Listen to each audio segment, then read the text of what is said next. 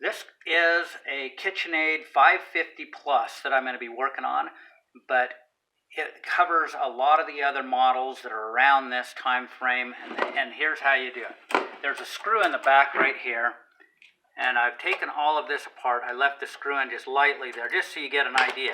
This band right here pulls off with that screw. When you're doing this, put all of your screws inside of a plastic bag. It's a good way to store it, because by the time you get the part that's needed in here, it's going to be 3, 4 days, 5 days, and you don't want to lose any of the screws. Okay, these screws right here, there's 4 of them, and they go around the outside of this right here. I've taken them all off for convenience, just to make it simple. 1, 2, there's 2 on the other side. Pull them off, throw them inside the little plastic bag. This lifts up just like that. It's really simple.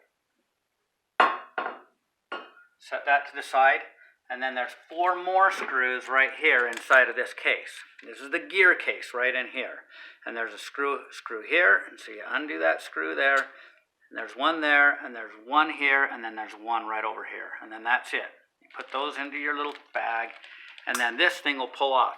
I've replaced all the parts in here that I needed to replace, or the one part is mainly with mine, but I decided I'd make a quick video to show you what it looks like. So you pull this off, and it's full of grease.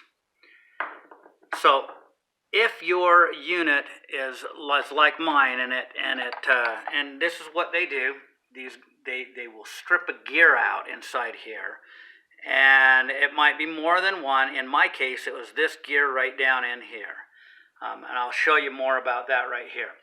I replaced it, and I packed it full of grease. When you buy the grease to replace it, it's going to be a food grade grease, and you can buy that as well. Okay, so it's quite easy to pull all of these parts out, and to know what the names of each of these parts are and the part numbers so that you can replace them, you go to the website. KitchenAid has it, and there's I think the Mending Shed has owner's manuals as well. So you look up your particular owner's manual, and right here is a picture of an owner's manual, and if you take a look at it, you can download them for free. I'll put a link inside of underneath the description of this video to show you the links that you go to get your different parts. And it'll give you the numbers in here that are associated with each of these parts. There's the spindle gear, and then it sometimes goes out. Here, let me show you right here, back over here. So this part right here, it comes out right here, and the spindle did not go bad on mine. It was this gear that's down below it. I'm going to set this little gear right here, and this thing pulls apart. Keep track of the parts in it if you have to pull them apart, and it has little pieces in it. One thing you have to do is when you are replacing one of the gears, you've got to get rid of all of this oil. And if you don't, when it grinds up one of these gears, it's going to be in the grease. So if you put the same grease back in there, it's going to have little chunks of metal in there, and it'll destroy the other gears. So you replace all of the oil. You're going to have to gunk it all out, and it's really easy. You just use you're going to need a bunch of paper towels, and you'll just scrape it all out. And then what you want to do is you'll want to use a toothbrush, is what I did, and then your oil. I personally don't like using. I like just cleaning it off as good as you could, and then you just use your soap, your dishwashing soap, and just scrub it all out, and then just set them all to the side, and then you'll put in the new food grade grease in with it.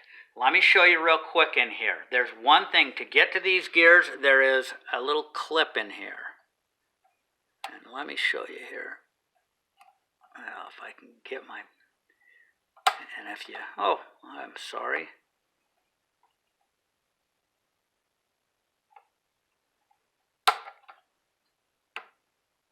Okay, I'm not pushing it down in there.